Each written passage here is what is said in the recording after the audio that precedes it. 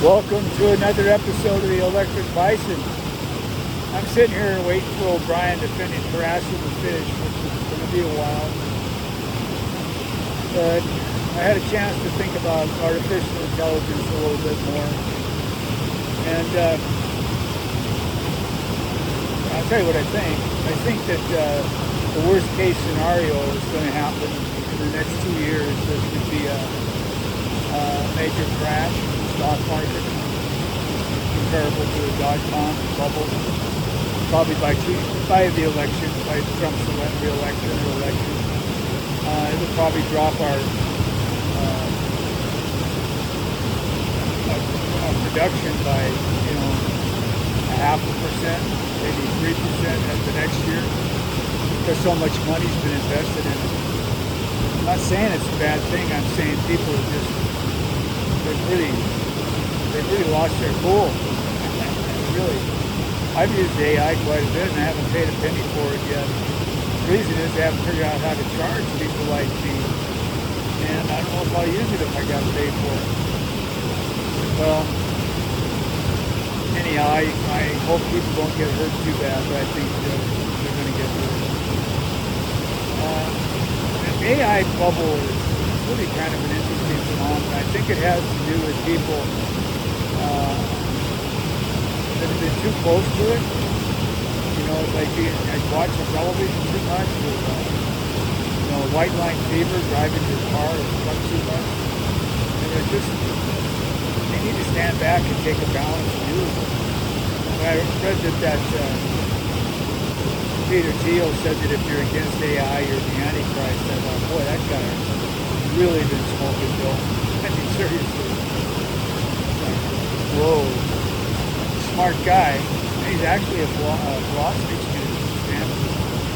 And he's actually studied that whole phenomenon of people copying, that whole crowd, following the crowd phenomenon.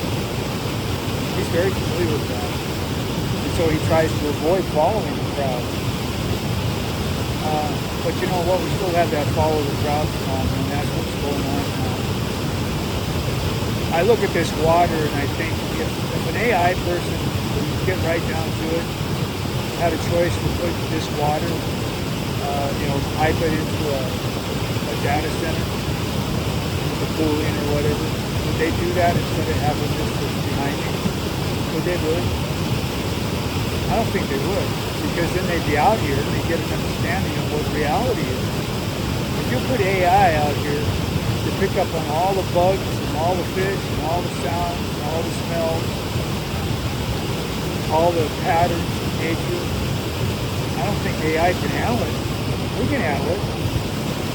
And then I don't think AI can handle the emotional intelligence part of it. And they say it's, it's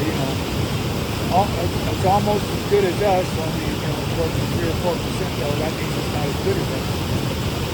And again, I use it, but I'm really learning that, if you don't be really careful, it can really screw you up. Really screw you up. You've got to go to primary sources that have been put together by good research people, but they're going to make an argument for the next thing. But I've seen AI. You change a couple of facts and it'll come up with an entire different rationale. Basically, it's because it kind of predicts what the pattern of words is going to be. The same way, spell check does. So I think there's just no question that it's going to crash. And I don't know what we'll have when it's all over with. It'll work itself out. I sure hope we don't have to give up water for this kind of water, for these kinds of purposes. AI. Looks like throws baby out with bathwater. Seriously. Anyhow, that's what my mind goes to. I'm sitting here waiting for O'Brien. It's a troubling phenomenon. And to hear people say that we got to do it before the Russians get it or the Chinese. Don't forget when the Chinese got two thoughts after the Taiwan Straits crisis before the end of the last century. The two colonels, just Google unrestricted warfare with two Chinese colonels as the authors. It's not about U-boat warfare. It's about finding ways for other countries to defeat us.